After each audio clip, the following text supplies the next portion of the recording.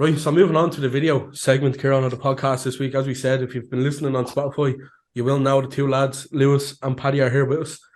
We are going to preview the game this Wednesday, so there is a short turnaround for anyone listening between Leeds United and West Ham United. We have Leeds Fan, blow in Paddy, and we have West Ham.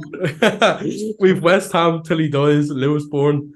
Lads, first of all, it's been a unique thing, I suppose. Leeds is actually quite big in Ireland. Lewis, West Ham. Why in the name of Jesus? It's a weird one. Right? It's a funny one as well. I just remember growing up and at a young age, like I wasn't really mad at the football, and like I had a good all my friends was, and they all support the big main teams like Chelsea, Liverpool, things like that. So I just wanted to be a little bit different. And I remember being like 4 or 5 and just watching the Renford Rejects on Nickelodeon way back then. And they all supported West Ham, and I remember. So I was like, all right, West Ham, just got a bit interested in that. And I just started catching a few games and telly and stuff. And just ever since then, I just considered myself a West Ham supporter. Never changed, never faltered. Yeah, I remember when we were in school, because me and Lewis were in primary school together as well. And Lewis be talking about West Ham, be like, what is wrong with you? Where the fuck did you get West Ham from? Paddy, I know you said before the podcast, I don't want to out you here, but you are a bit of a blow-in to Leeds United. Is this from when Leeds got promoted a couple of years ago, or what's the crack there? It was, yeah. To be honest, I started supporting them under the Bielsa era now. They were in the Championship. It was the season that they done well, got to the playoffs and absolutely bottled it against Frank Lampard's derby, which they will never get over. But yeah, all of my family support Leeds. I have family living in Leeds. So all my uncles are Leeds fans from the glory days. Like they would have grown up during the good days. I was never really into football mad like that. When I was a kid, all my mates supported Man United, and I'm pretty sure I was told, if you don't support Man United, I'm not going to be friends with you anymore. So then, for the next 10 years, even though I never watched any matches, I just said to people, oh yeah, support Man United. Couldn't give a fuck. So then, recently, like that, 2019, I started looking into football again. I knew my family supported Leeds, so I picked up Leeds, and yeah, now I'm a die-hard fan. A die-hard blowing till I die. So we'll look at the game on Wednesday, right? So since Leeds have gotten promoted back in 2020 during COVID, they haven't beaten West Ham. They've lost 2-1, 2-0, 2-1 again, 2-0 again, and then actually they won one. Sorry, they beat them. Yeah, I was about to say, fucking hell, yeah. Out here. 3-2. Jack Harrison hat-trick. Yeah. Paul Harrison. That was the last game they played against each other in January of 2022. So you look at Leeds this season, Paddy, they have wins over Liverpool and Chelsea, myself and Cran's teams. Thanks for that. What have you made of Leeds this season? Yeah, it's been a weird one. Like, they're doing better against the top 6 than they are the bottom half of the table, like, which is surprising. But I think we're making the right steps. Like, I like Jesse Marsh. I think you can see what he's going for. He has a vision. I still think we're just missing key players. Like, we need a number 9. Like, we've no number 9. Bamford can't stay fit. I don't think he's going to ever reach the heights of the first Premier League season where he got like 17 goals. I think that's gone now, I think. So, yeah, hopefully this window now we can pick up a striker. A left back would be good as well, I think, just for depth. Like, we're playing Pascal Struijk, left back. He's not a left back, he's a centre half. So I think him and Koch is the centre back partnership I'd like up the Koch. He's not going good for me here. Even though Cooper's our captain, he just makes so many mistakes, yeah.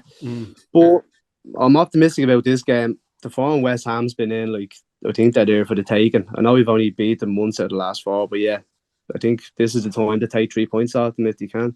So I'm excited for it. I'm glad you brought West Ham up, because West Ham lose currently 17th in the table. 4 wins, 2 draws, 11 losses this season. It's not looking good, Brev.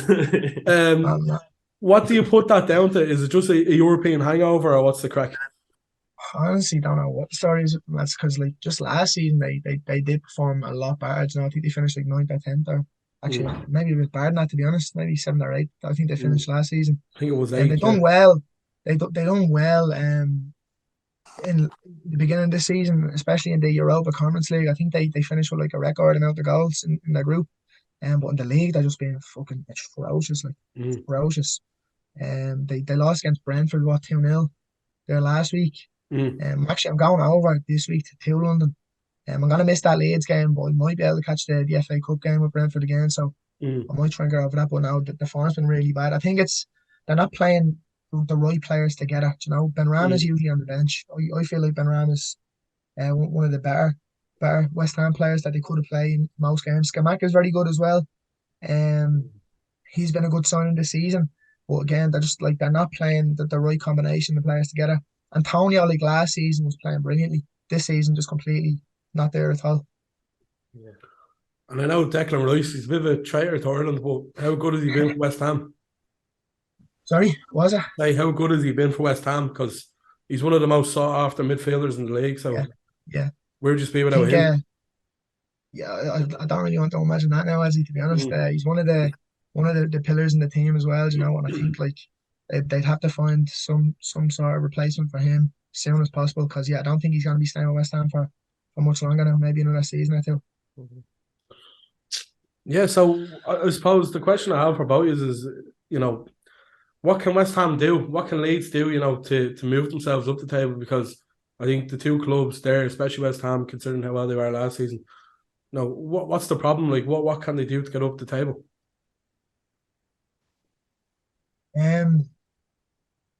No, it's like I said there, the biggest problem is they're not playing the right combination of players together. Like, they need to be playing like they need to be starting the likes of Scamacca, Benrahma, Bowen, Antonio all together, you know? Like, even last season, Jared Bowen was playing brilliantly.